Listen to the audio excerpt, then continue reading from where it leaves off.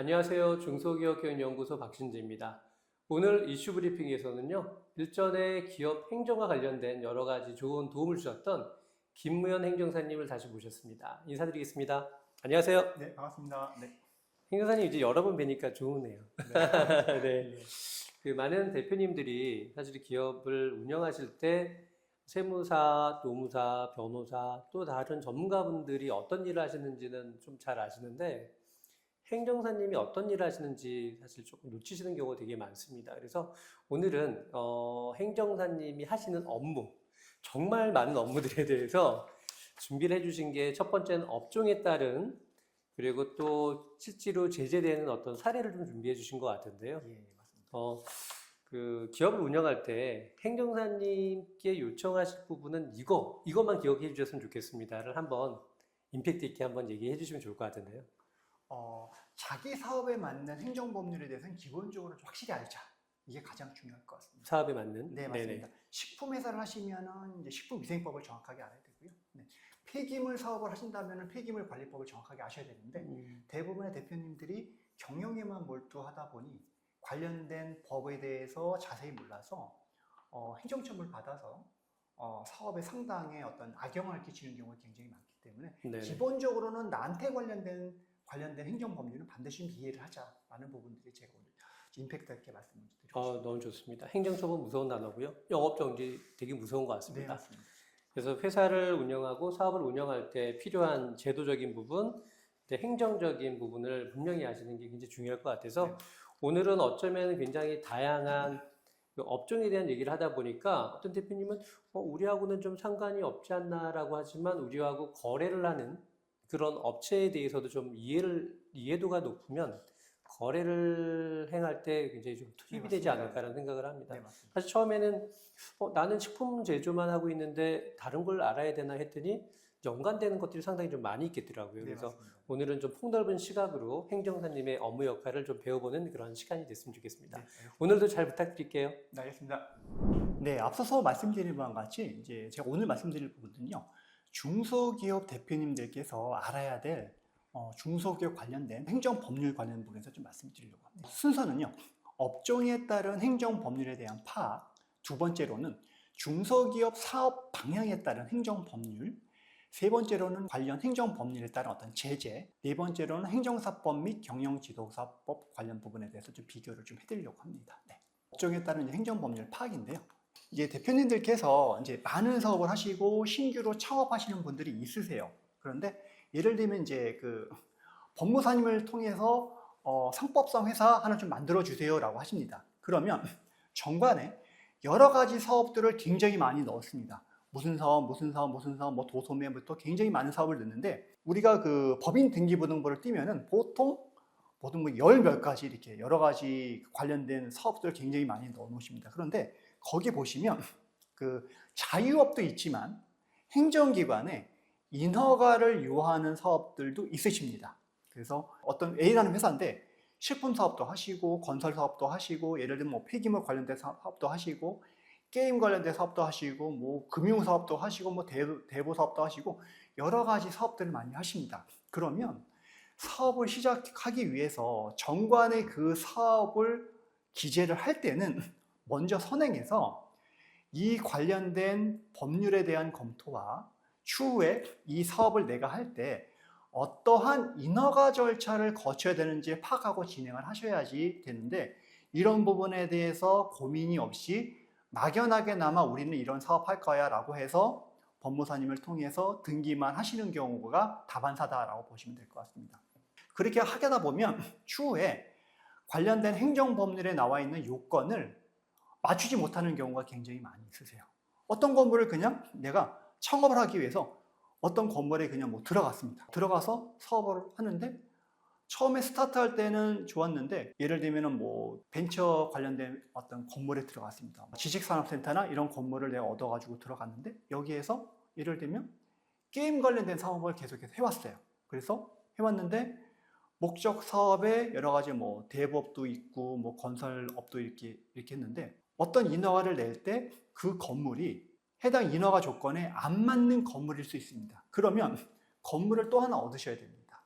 그래서 내가 어떤 사업을 한다고 하게 되면은 첫 번째로 건축법상 이게 맞는지, 건축법상 내가 하고자 하는 사업의 목적 사업에 맞는지를 먼저 확인하시는 게 맞을 것 같고요. 두 번째로 그렇게 했을 때 이 건물이 추후에 내가 식품위생법상 사업을 하든 건설산업기법상 사업을 하시든 폐기물 관련법에 사업을 하시든 관련된 사업에 맞는 요건에 맞는 건물인지 아니면 그 조건을 맞출 수 있는지를 먼저 선행해서 검토하는 것들이 굉장히 중요하다라고 이제 보시면 될 것 같습니다. 그래서 이제 그런 부분에 대해서 어떤 선행이 되지 않으면은 추후에 너무 좀 어려운 과정을 겪거나 아니면은 그 사무실을 옮겨야 되거나 하는 분들이 굉장히 많이 있는 것 같습니다. 예를 하나 제가 드릴게요. 중개사님을 통해 가지고 건물을 모 지역에다가 얻으셨어요.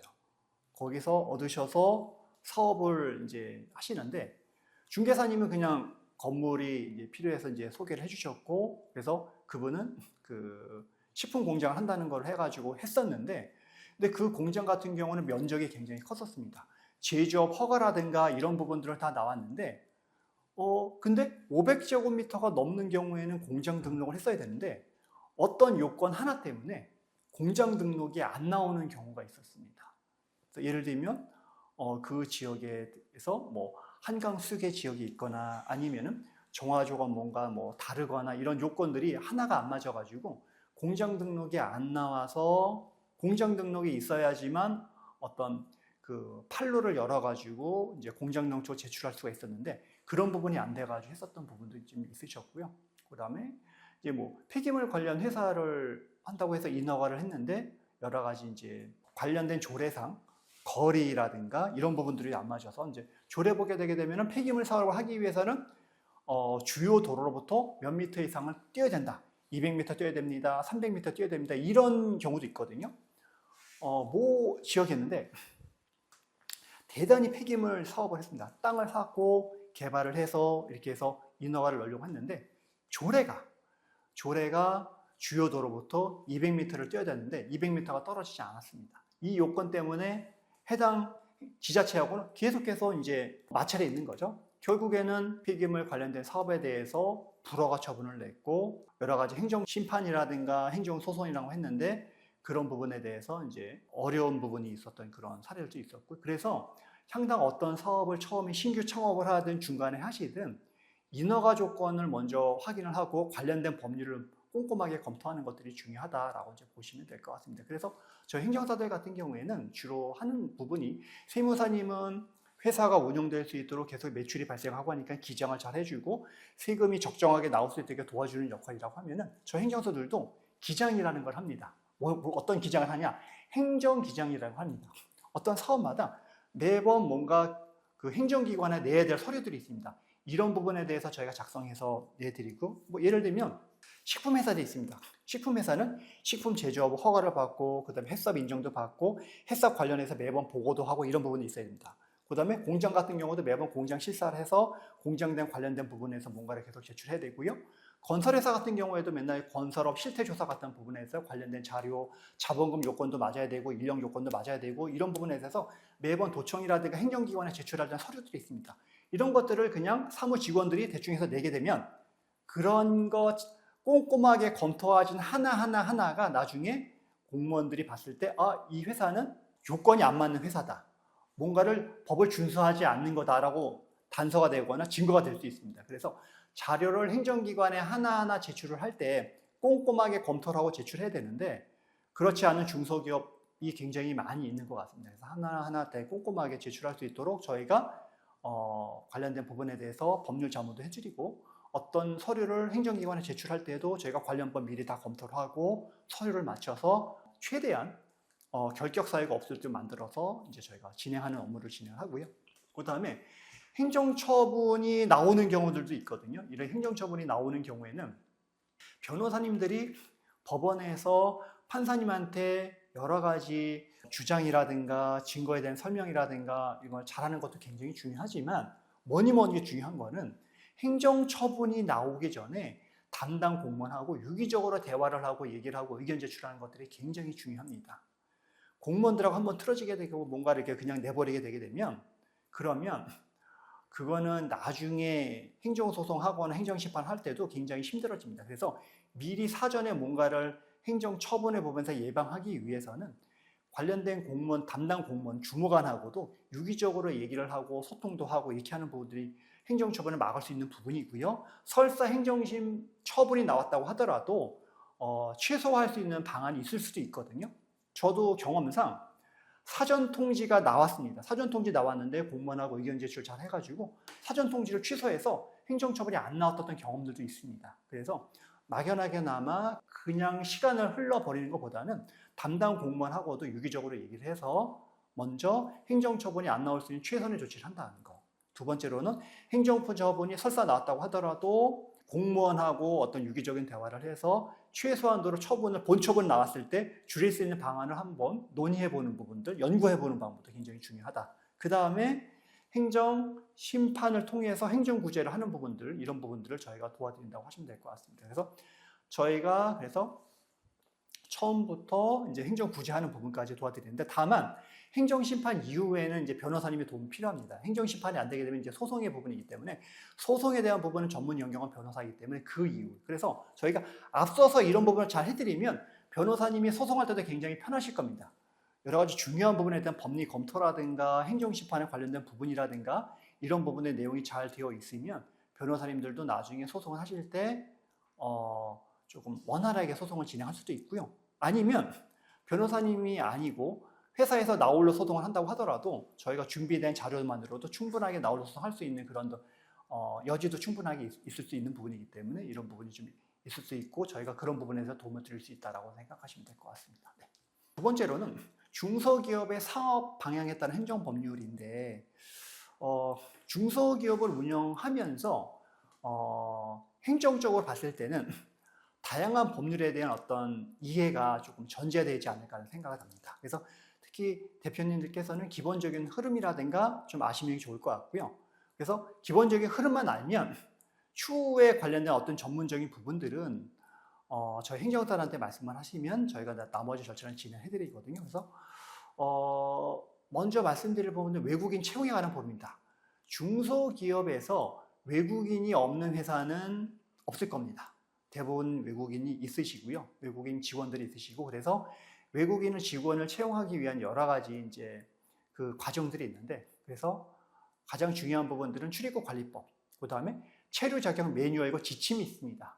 이런 부분들도 저희가 꼼꼼하게 공부도 하고 연구도 해서 저희가 이제 체류 변경이나 비자를 좀 안내를 해드리거든요. 그래서 이런 부분에 대해서도 중소기업 대표님들도 어느 정도 이해가 필요하지 않을까라는 생각이 들고요.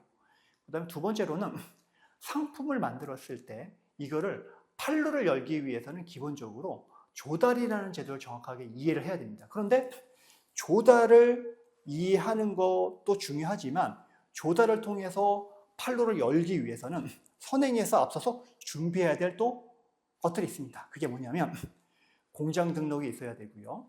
공장 등록을 하기 위해서는 앞서 제가 말씀드렸죠.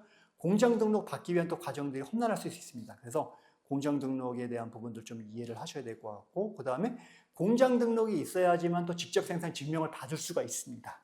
그리고 내가 생산하는 제품이 중소기업 간 경쟁 제품인지 아닌지 여부도 확인하셔야 됩니다. 그래서 그런 부분도 좀 꼼꼼하게 검토를 하셔야 되는 부분인 거고요. 만약에 내 제품이 내가 이런 제품을 만들었습니다. 이 제품을 만들었는데 이게 중소기업 간 경쟁 제품으로 등록되어 있지 않으면 사실상 조달청을 통해서 이걸 판매하기가 어려울 수 있습니다. 그만큼 가능성이라든가 여지가 줄어듭니다. 그래서 되도록이면 내 제품이 중소기업 간 경쟁 제품인지 한번 확인해 보시고, 그래서 이런 중소기업 간 경쟁 제품 같은 경우에는 보통 관련된 사업에 대해서 조합들이 많이 신청을 많이 합니다. 만약에 없다면 유사한 제품을 만드는 회사들이 여럿이 많이 이제 10개 이상 회사가 같이 모여서 이 부분을 중견 경쟁 제품으로서 등록하는 절차도 선행해서 필요하다고 보시면 될 것 같습니다. 또 하나는 중소기업에서 일반 경쟁 입찰 일을 하시는데 마스라든가 이런 걸 통해서 제품을 등록해서 나라장터에서 판매하는 그런 제도도 있지만 경쟁을 통해서 하는 경우가 굉장히 많습니다. 특히 공사라든가 물건을 이제 사다가 주는 물품 공급이라든가 이런 거 굉장히 많이 있거든요. 근데 국가에서 하는 부분들은 국가 계약법에 따릅니다. 그런데 우리나라에 이제 전국적으로 지자체가 굉장히 많이 있잖아요. 뭐 성남시, 용인시부터 서울시, 인천광역시 이런 지자체에서도 여러 가지 물건들을 많이 삽니다. 가구부터 뭐 먹는 거부터 해서 공사도 많이 하고요. 지자체에서 공사도 많이 하잖아요. 이런 부분에서 입찰을 많이 합니다. 그래서 이런 거 입찰을 하기 위해서는 기본적으로 관련된 법률, 그 다음에 이 법률에 대해서 나온 공고문에 대한 어떤 검토가 꼼꼼히 이루어져야 되는데 대부분 중소기업에서는 법률 검토도 제대로 안 이루어지고 그 다음에 관련된 공고가 나오면 공고의 내용도 꼼꼼하게 읽지가 않아가지고 부정당 제재를 받거나 계약이 취소가 되거나 이런 경우도 굉장히 많이 있습니다. 그래서 그런 부분들에 대해서도 좀 선행해서 좀 잘 이해를 해주셨으면 좋을 것 같고요. 그 다음에 조달이라든가 이런 거 하기 위해서는 또 가점이 많이 필요합니다. 그러기 위해서는 이노비즈라든가 뭐 메인비즈라든가 뭐 벤처 인증이라든가 이런 여러 가지 기업의 가점이 될 수 있는 요소 아니면 세제 혜택이 될 수 있는 이런 인증들이 있습니다. 이러한 인허가들이 있습니다. 이런 것들은 저희 같이 이제 인허가를 전문한 행정사한테 얘기를 하시면은 저희가 다 준비를 해드려서 기업이 안정적으로 운영할 수 있는 여러 가지 서류들을 인허가서를 만들어 줄 수 있다라고 보시면 될 것 같습니다. 네. 다음으로는요. 관련 행정 법률에 따른 어떤 제재에 관한 부분 좀 말씀드리려고 합니다. 제가 했었던 한 사례인데요. 서울의 뭐 이탈리안 레스토랑인데 청소년 주로 제공 영업정지 2개월을 받은 그런 부분입니다. 그래서 저 같은 경우에도 이제 요식업 협회에 이제 자문을 많이 해드리고 있거든요. 자문을 해서 요식업 협회는 이제 식품위생법이 기본이잖아요. 근데 이런 거를 이제 걸리지 않도록 어떻게 위생 관리 하셔야 되고 어떻게 하시라고 이제 막 누누이 말씀을 드려도 대표님은 어느 정도 안다고 하더라도 직원들이 이 부분에 대해서 인식이 굉장히 한 것 같아요. 조금 이제 내 회사가 아니라는 생각이 있는지 모르겠지만은 그래서 대표님이 항상 직원들한테 꼼꼼하게 이런 교육을 철저히 시켜야 되는데 그렇지 않아서 포도주를 내준다든가 청소년들한테 술을 내준다든가 이렇게 해서 걸린 경우가 굉장히 많이 있고요. 한번 이렇게 걸리게 되면 기본적으로 1개월, 2개월입니다. 그러면 이렇게 그 소상공인 중소기업에서 영업정지 1개월, 2개월, 3개월 먹는다는 건 큰 타격입니다. 대부분 매달 벌어가지고 다음 달 고정비용을 메꾸는 형식으로 해서 운영되는 회사들이 대부분인데 이렇게 되게 되면은 사업 운영에 상당한 차질이 있고 그래서 여러 가지 어려움이 있기 때문에 항상 관련된 법률에 대해서 행정 처분을 받지 않도록 하는 기본적인 부분들은 좀 꼼꼼하게 체크를 해야 되지 않을까라는 생각이 듭니다. 두 번째 이시는 이제 저희가 의료법인이라든가 이제 병원, 병의원 저희 컨설팅을 많이 합니다. 병의원은요 검토할 부분들이 국민건강법을 알아야 돼요. 의료급여법을 알아야 되고 의료법을 알아야 되고 이런 관련된 법률을 알아야 됩니다. 그리고 병원이나 이런 의료기관들은 보건소, 국민건강보험공단, 심사평가원, 보건복지부 이 4개 기관에서 항상 관리 감독을 받고 행정처분에 대한 어떤 위험이 도사리고 있습니다. 그래서 이 부분에서 꼼꼼하게 체크를 해줘야 되는데 의사 선생님께서 이 경영을 잘 못하시는 부분도 있으신 분들이 많으신 것 같아요. 그래서 이 사무장님들이나 이분들도 있지만 사실상 관련된 법률에 대해서 이해가 조금 많지 않기 때문에 현지 조사를 받아가지고 기본적으로 업무 정지가 뭐 60일 이상, 70일 이상 막 이렇게 나와서 병원 문을 닫는 경우가 굉장히 많이 있었습니다.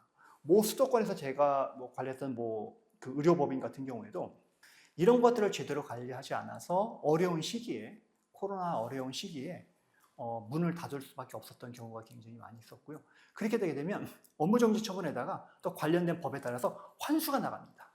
국민건강법 위반에 대해서 국민건강보험공단에서 환수 나가죠. 그 다음에 의료교보법 위반을 해가지고 관련 지자체에서 또 환수 나가죠.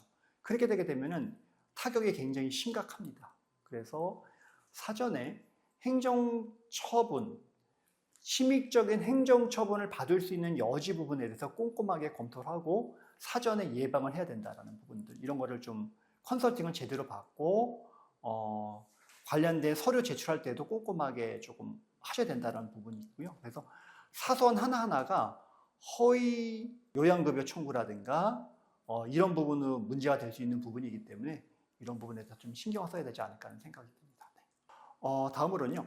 행정사법과 경영지도사법에 대한 비교를 조금 하려고 합니다. 행정사는 뭐고 그럼 경영지도사는 뭐냐라고 하시는데 행정사는요. 행정기관 행정사법 그러니까 어떤 전문 자격사든 관련된 법에 할 수 있는 업무의 범위가 있습니다. 변호사는 변호사법에 따라서 업무할 수 있는 범위가 있고요. 노무사는 노무사법에 따라 업무할 수 있는 범위가 있습니다. 마찬가지로 행정사는 행정사법에 따라서 행정사가 할 수 있는 업무 범위가 법으로 정해져 있습니다. 만약에 어떤 특정 자격사가 관련된 법률에 나와 있는 행정사는 행정사, 변호사는 변호사, 노무사는 노무사, 세무사는 세무사 관련된 업무에 대한 부분에 대해서 업무를 하지 않고 다른 업무를 했다고 하게 되면 관련된 부분에 대해서 행정처분을 받거나 형사처벌을 받을 수 있는 부분들이 있다라고 보시면 될 것 같아요. 그래서 행정사는 행정사법에 따라서 일을 해야 되는 거고요. 경영지도사는 경영지도에 따라서 일을 하는 부분인데 이 두 자격을 좀 헷갈리시는 분들이 있으신 것 같아요. 그래서 행정기관은요. 행정기관에 제출하는 서류의 작성을 하는 부분들을 도와드립니다. 그리고 작성해서 제출하는 업무들. 여기서 행정기관이라고 하면은 보통은 그 법원 검찰을 제외한 대부분의 행정기관이라고 하시면 될 것 같고, 그 다음에 또 일부 제한된 부분에 대해서 예를 들면 특허청, 세무서 이런 데 세무서 같은 경우 기장 업무 이런 거를 세무사님이 하는데 다만 세무서의 뭐 고충민원이라든가 주류 허가라든가 이런 것들은 저희가 가능을 합니다. 그 다음에 이제 특허청 같은 경우에는 이제 변리사법에 특허, 디자인, 상표, 실용신안 이런 업무들은 변리사님이 해야 되는데 그 밖에 여러 가지 뭐 민원성 부분들 이런 것들은 저희들도 이제 진행할 수가 있다. 그래서 대부분의 이제 일정한 부분에 대해 제외하면은 대부분 행정기관 부분들은 제출하는 부분들은 행정사들은 이제 진행할 수 있다라고 이제 보시면 될 것 같고요. 그 다음에 행정사는 권리나 의무 사실 증명을 한 서류라고 작성하는 업무를 합니다. 어떤 거 말씀을 드리냐면 뭐 권리금 계약서, 차용증, 합의서 이런 것들 여러 가지 이제 사실조사서 이런 것들 작성하는 업무를 저희가 도와드리고요. 또 행정사 중에는 외국 서류를 번역하는 외국어 행정사가 있습니다. 외국어 행정사는 외국어로 된 어떤 문서를 번역을 해서 인증을 해서 행정기관에 제출하는 그런 업무를 한다고 보시면 될 것 같고요. 그 다음에 다섯 번째로 행정사들의 어떤 꽃이라고 할 수 있는 부분들은 인허가를 이제 대리하거나 이제 대행할 수 있는 부분입니다. 그래서 대한민국에 많은 행정기관들이 있는데 기업이 운영하기 위해서는 인가, 허가, 면허를 받지 않으면 할 수 없는 일들이 굉장히 많이 있습니다. 이런 업무에 대해서 저희 행정사들이 변호사는 소송을 대리할 수 있는가 하면은 행정사는 행정기관에 있는 모든 인허가를 대리할 수가 있습니다. 그래서 자유롭게 어떤 이제 인허가 업무를 처리를 해서 기업이 어떤 사업을 스타트할 때 관련된 법률에서 꼼꼼하게 검토를 합니다.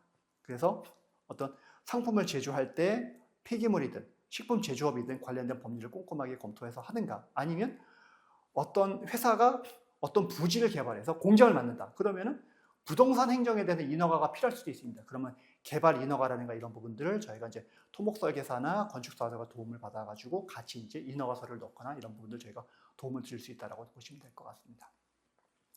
그 다음에 이제 다음으로는 이제 그 행정 법률에 관련된 부분에서 자문 상담 관련된 부분들, 그 다음에 이제 사실조사 확인 업무 이런 것들이 있다고 보시면 될 것 같고요. 근데 그 다음에 이제 경영지소사 같은 경우에는 여러 가지 인사, 노무 이런 부분들, 관련된 이제 진단 업무들, 그 다음에 그 재무 관리에 관한 부분들, 품질 관리, 그래서 순수하게 어떤 경영 지도에 관한 부분들이라고 보시면 될 것 같고요.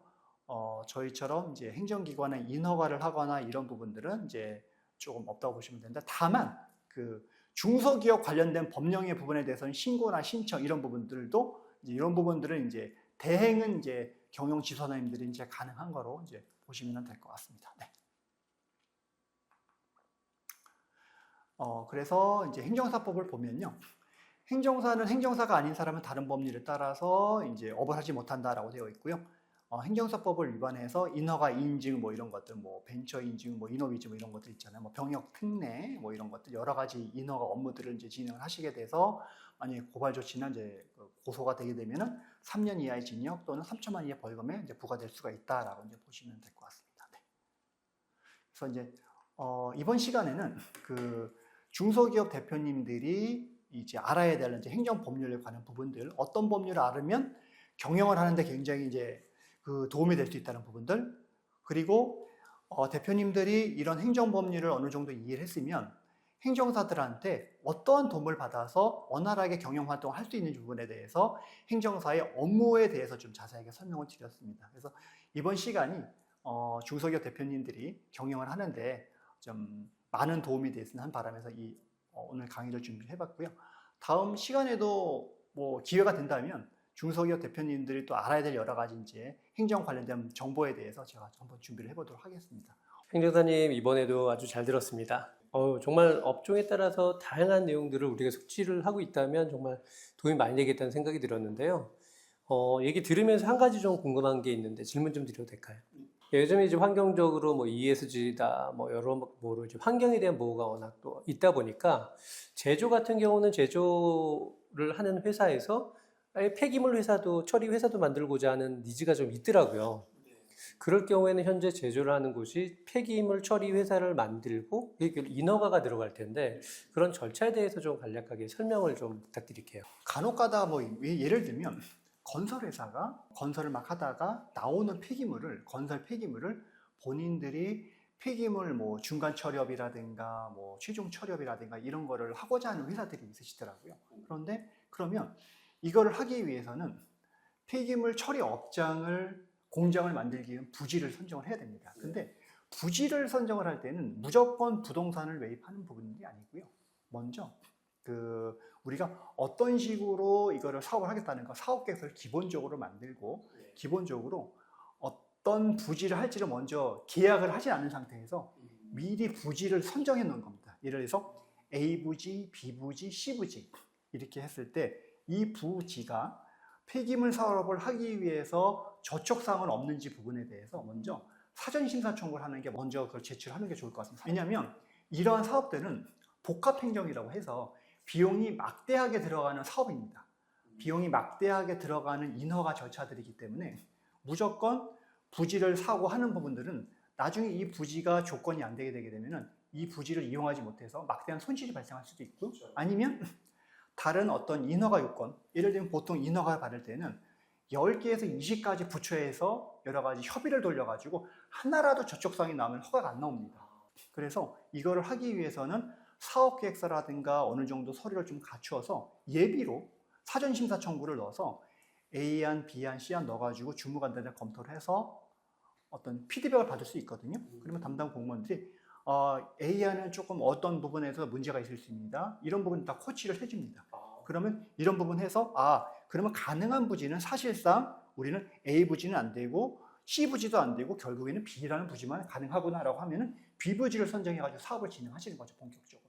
그렇게 하게 되게 되면은 나중에 인허가 절차를 할 때 뭐 이제 땅을 사고 그다음에 여기다 개발을 하고 공장을 올릴 때 특별하게 이제 문제점이 없을 수 있습니다. 왜냐하면 사전에 비검토를 했기 때문에 그런 부분에 대해서 조금 어려움이 없이 인허가를 받을 수 있다라고 보시면 될 것 같습니다. 정말 중요한 내용인데요. 이거는 대표님들께서도 진짜 중요하게 체크를 하셔야 될 부분인 것 같습니다.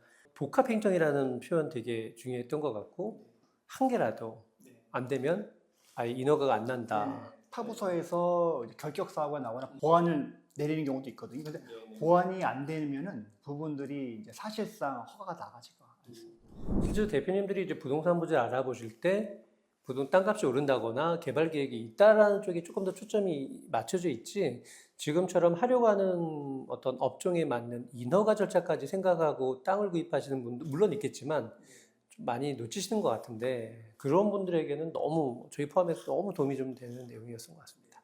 용어가 참 멋진데요. 복합행정. 알겠습니다. 저번에 이제 말씀하셨던 부분인데 많은 행정적인 법률 관련해서는 또 생길 때마다 또 피드백 받고 또 하실 수 있다라는 얘기로 이해해도 되겠죠? 네, 맞습니다. 이제 저희도 뭐 이제 행정사로서 이제 수많은 행정법률을 검토하고 얘기하지만 사실상 행정법률이 흐르거나 인허가가 흐르는 그런 기본적인 흐름은 거의 대동소이합니다. 다만 디테일한 부분들은 관련 법을 이제 찾아서 좀 다른 조건이나 이런 것들을 저희가 보면은 좀 다른 비전문가들이 보는 것보다는 저희가 보는 눈이 좀 있기 때문에 어떤 식으로 접근을 하고 공무원들이 이때는 어떤 식으로 접근한다는 부분들 예를 들면 변호사님들은 판사님이 어떻게 움직이는지 잘 아시잖아요. 그렇죠. 저희 행정사들은 행정공무원들이 어떻게 움직이고 어떻게 생각하고 하는 부분들을 다 이해할 수 있고 그분들의 내부 기관의 어떤 생리라든가 움직이는 부분들 저희가 다 잘 알기 때문에 그분들의 원활하게 좀 대화가 될 수 있을 것 같습니다. 행사님이 저하고 안 지가 정말 오래됐는데 왜 이런 걸 이제서야 알려주시는 겁니까? 네, 정말 도움이 좀 많이 됐던 것 같고요. 행정사님을 또 다른 호칭으로는 창업 전문가, 창업 지원 전문가라고도 좀 할 만큼 건설업을 하시던 분들이 폐기물 사업을 한다는 것도 새로운 사업을 창업하는 거나 마찬가지잖아요. 도소매 유통을 하던 분들이 제조 공장을 세우는 것도 마찬가지라고 생각되고, 그런 과정에서 공장 부지를 얻고 인허가를 얻고 사람을 채용하는 여러 가지 단계가 어쩌면 첫 번째 사업을 진행할 때 첫 단추가 아닌가라는 생각을 다시 한번 또 해보게 됩니다. 오늘도 귀한 말씀 해주셔서 너무 감사하고요. 이 방송을 보시는 많은 대표님들 그리고 전문위원분들, 사업을 할 때 정말 중요한 행정 절차, 인허가 이런 부분들을 놓치게 되면 아마 우리가 가고자 하는 방향에 큰 걸림돌이 생기는 경우도 있는 것 같습니다. 그럴 때 누구요? 네, 행정사님의 도움이 필요합니다. 언제든지 연락 주시면은 친절한 김민호 행정사님을 통해서 도움드릴 수 있도록 하겠습니다. 오늘 아침 이슈 브리핑에 참여해주신 여러분들 모두 감사드리고요. 오늘도 행복한 하루 되십시오. 인사드리면서 마치겠습니다. 감사합니다.